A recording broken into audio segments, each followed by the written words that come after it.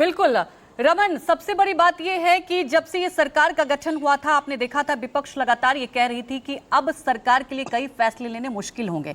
और जैसा कि कुमार गौरव कह रहे थे, विपक्ष तो यहाँ कहीं ना कहीं विरोध कर ही रही थी, लेकिन सहयोगी दल, चाहे आप जेडीयू की बात कर लें, चाहे आप एलजेपी की बात कर लें, खुलकर इसका विरोध किया। तो क्या आने वाले वक्त के लिए और भी कई फैसले होंगे? तो क्या इस सरकार के लिए मुश्किल होगा, क्योंकि अभी बैकफुट पर सरकार आई है इस फैसले को लेकर?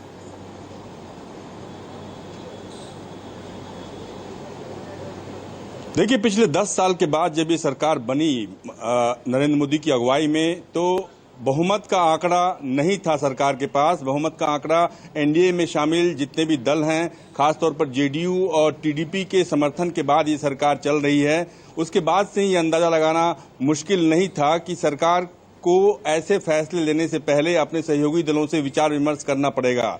लेकिन सरकार ने ऐसा फैसला लिया, इतना बड़ा फैसला लिया कि उसे 7 दिन भी उस फैसले पर टिक नहीं पाई और सरकार को 2 से 3 दिन में उस फैसले को वापस लेना पड़ा। सरकार को ये कहना पड़ा कि प्रधानमंत्री के दखल के बाद इस फैसले को वापस लेना पड़ा है। तो क्या जब भी सरकार ने निर्णय लिया था उस वक्त प्रधानमंत्री को जानकारी नहीं थी? ये अपने आप में सबसे बड़ा सवाल है, क्योंकि जब लगातार राहुल गांधी, मल्लिकार्जुन खड़गे ट्वीट करके आरक्षण का हवाला देकर इस फैसले पर सवाल उठाते रहे।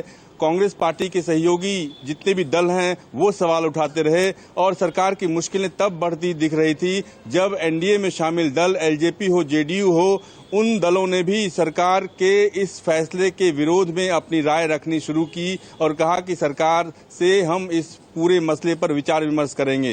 अब सरकार को इस फैसले को वापस लेने के बाद सवाल उठता है कि इससे पहले जितनी भी नियुक्तियां हुई है उन नियुक्तियों पर क्या सरकार कोई निर्णय लेगी, क्योंकि लेटरल एंट्री का मतलब होता है सीधी भर्ती। जो एक्सपर्ट है प्राइवेट सेक्टर्स में, उनकी नियुक्ति पर सरकार ने ऐसा फैसला लिया था, लेकिन अब सरकार को अपना फैसला वापस लेना पड़ा है।